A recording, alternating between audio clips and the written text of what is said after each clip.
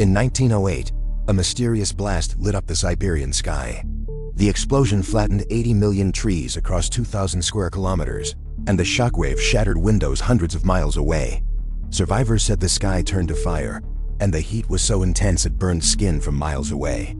But when scientists finally investigated, they found no impact crater, no meteor fragments, just endless flattened forest. Some believe it was a meteor that exploded mid-air, others blame aliens, or even a secret weapon. To this day, the Tunguska explosion remains unsolved.